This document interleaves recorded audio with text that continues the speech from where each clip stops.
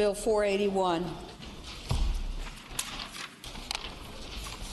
Senator from Arlington, Senator Favola.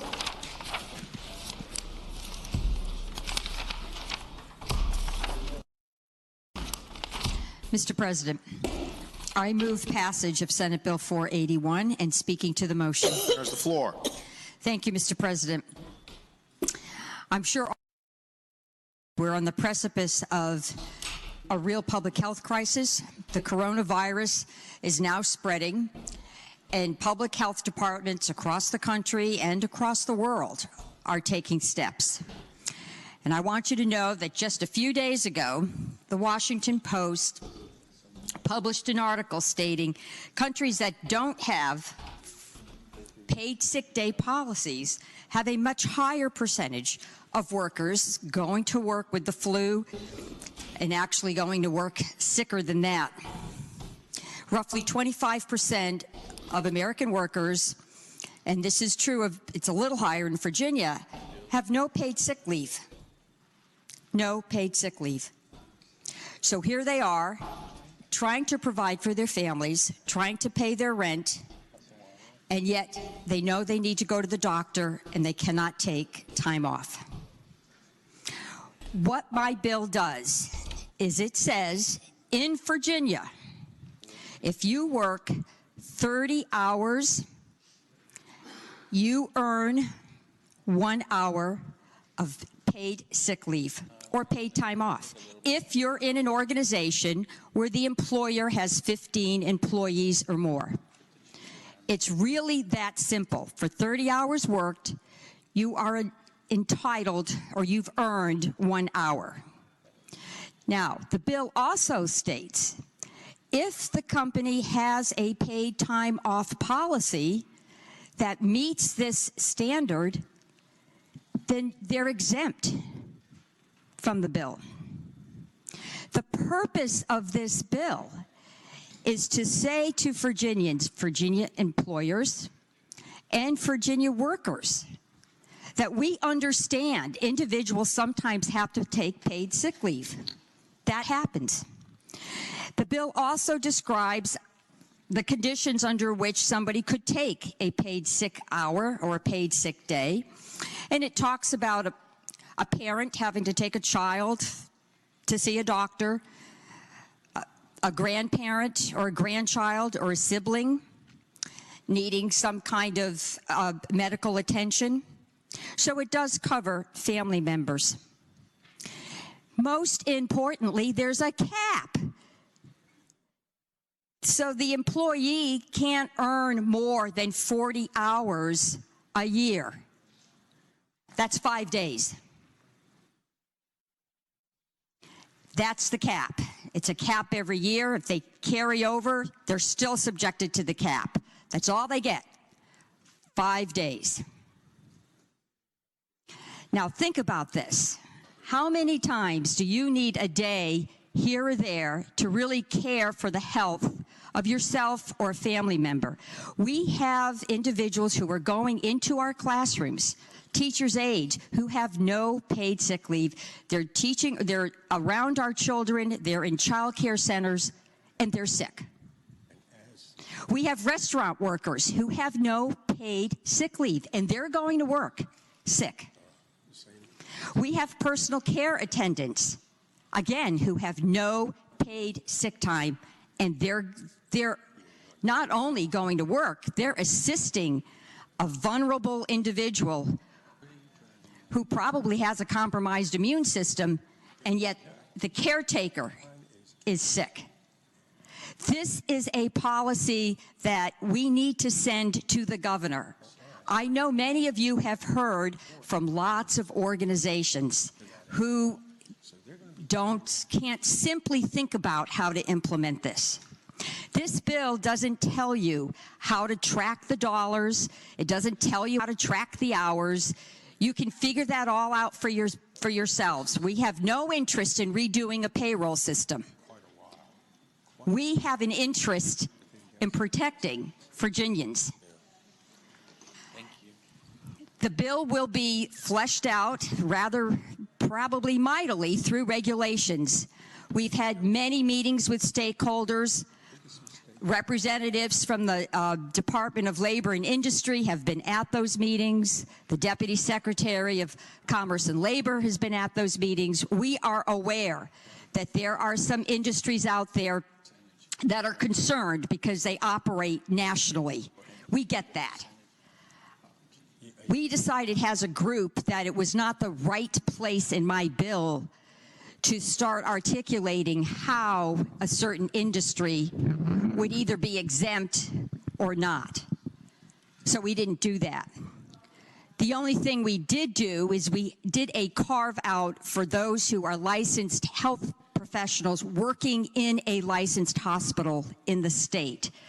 Because as we found out, and those of you who work in the hospital world, and I know the senator from Hanover can probably speak to this, there are many specialized individuals who choose to work very limited hours and in return usually get a very generous pay.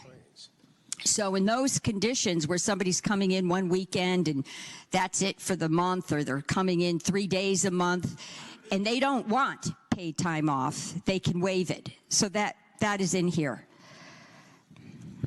Gentlelady, yield for a question. Senator Yield. Yes, I will yield. Senator Yield, you have the floor. I would ask the gentlelady, does her bill include part-time workers? In other words, people that don't work full-time? Senator, the floor.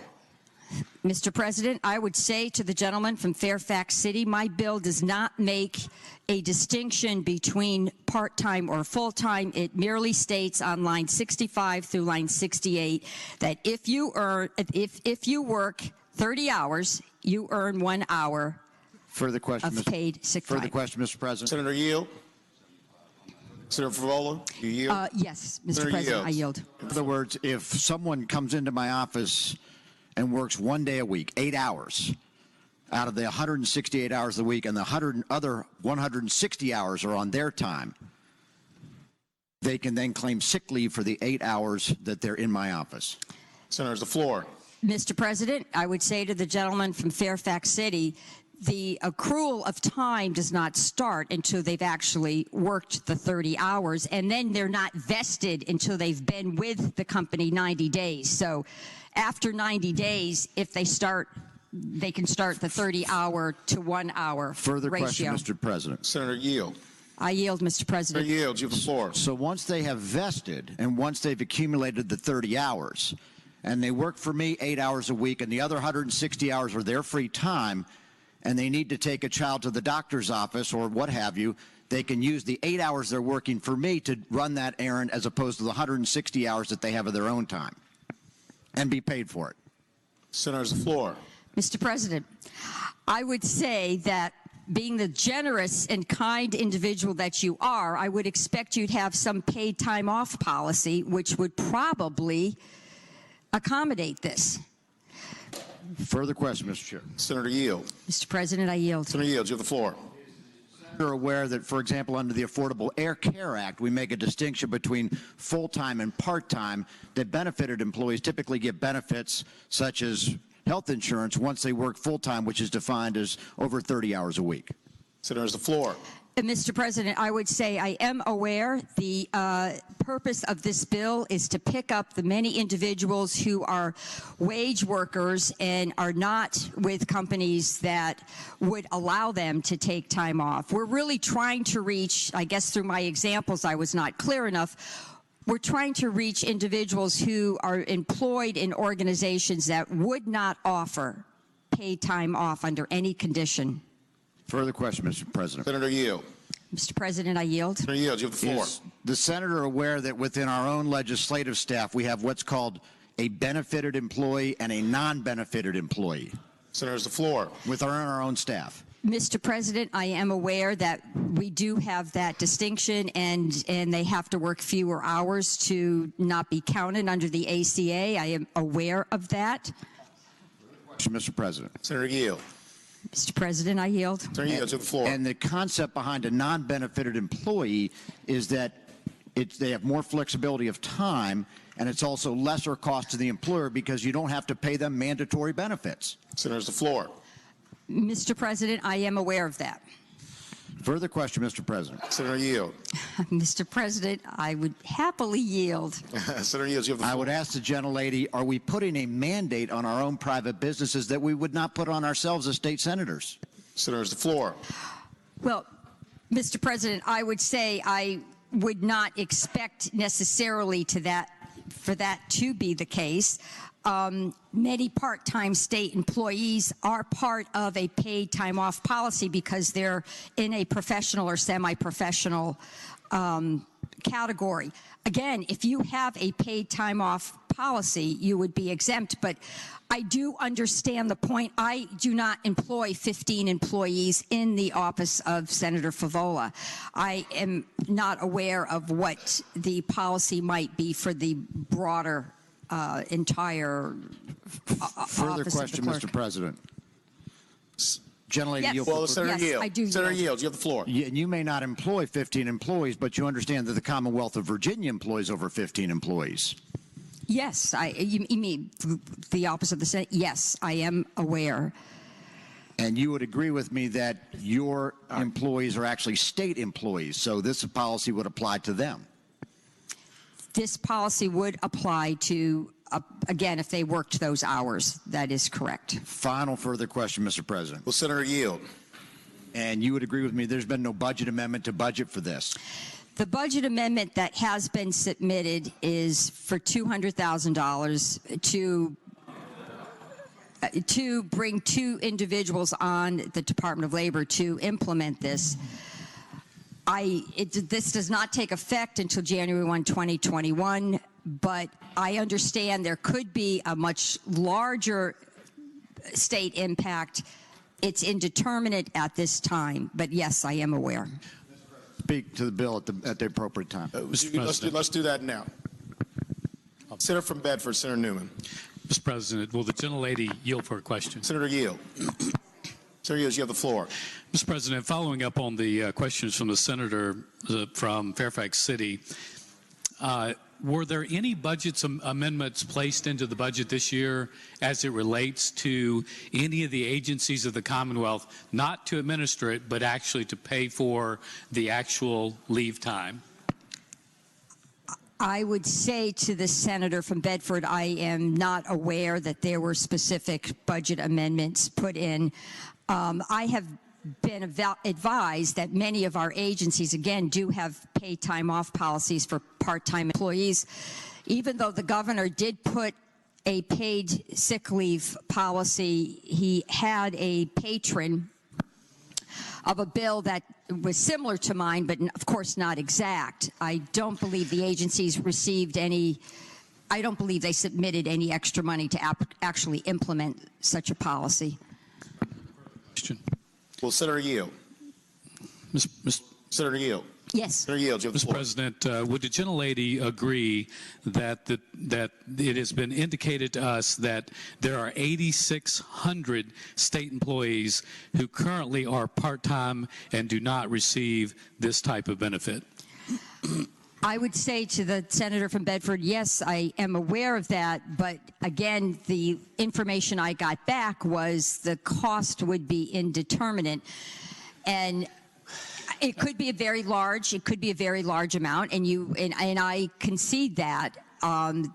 Yes, this will have significant budget implications if it is implemented in its current form in the Commonwealth of Virginia. Mr. President. Senator has the floor. Mr. President, if the gentlelady concurs that there's over 8,600 state employees that do not have a benefit that is this rich, would the gentlelady agree that our current budget has $0 for state police, has $0 for the museum systems, for the judicial system, for others to implement this? Would the gentlelady agree that in this case, we've told members throughout this entire chamber that if you have a $20,000 fiscal impact, you get the clause. This one has a multi-tens of millions of dollars impact, and there is no money in the budget. Would the gentlelady agree with that? Senator has the floor. For the implementation purposes associated with each agency and each agency's employees, yes, I would agree. Mr. President, I thank the gentleman for asking questions. I may have comments at a later time, sir. I would just take this time, Mr. President, to say that, again, the intent of this legislation is to send a policy statement to the governor. This legislation, in terms of its implementation framework, is not perfect. We are expecting the governor to make significant changes and probably address some of these things through regulation. I understand that the fiscal impact has got to be addressed. Mr. President. Senator from Hanover, Senator McDougal. Would the senator yield for a question? Senator yield. Yes, I will yield. Senator yields, you have the floor. Mr. President, in reviewing the substitute, it appears at the beginning in that initial new code section 40.127.3. Yes. No employer shall discharge, which means fire, demote, or otherwise discriminate, which I would assume would be moved to a different role if they're absent from work for any purpose set out in the new section 40.33.3. And I'd ask the senator, as I read that, going down to section 1, 2, and 3 of that, it's so you cannot do any of those things if an employee does not show up for work because of a health condition. So I'd ask the gentlelady, if an employee is having trouble sleeping and showing up to work every day, are you able to move them to another place, demote them, or ask them not to continue in your employment? Senator's based the floor. on the way this section now reads? Senator's the floor. Mr. President, I would say, again, it would apply to those employers with 15 employees or more. I don't know how you would define retaliation. That might be something that would be defined in regulation, but it can't exceed 16 hours. And I would expect that individuals, when they are working part-time, are very intent on keeping their jobs. There have not been incidences where there was mass abuse of paid sick days, at least according to recent studies. I am not going to say it couldn't happen. So, Mr. President, I'd ask the senator to yield for additional questions. Senator yield. Yes. Senator yields. The floor. Mr. President, I'd ask the senator, I'll withdraw that question, Mr. President. Thank you, Senator. Okay. Just really, Mr. President, Senator from Northern Fairfax. Senator. we have serious concerns about the fiscal impact, so I would ask this go by temporarily. Without objection? No objection. Without objection, Senate Bill 481 will go by temporarily.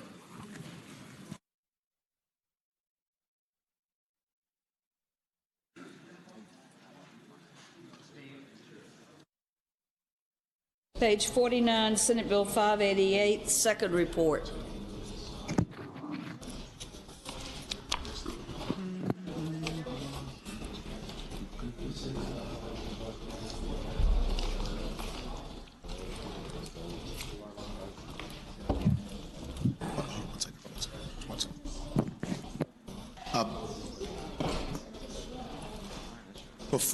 Just very quickly, before we get to the next bill, we'll take up Senate Bill 588, page 49. We just wanted to just do a check-in on time and where we all are in the day. It's now 1:20 p.m.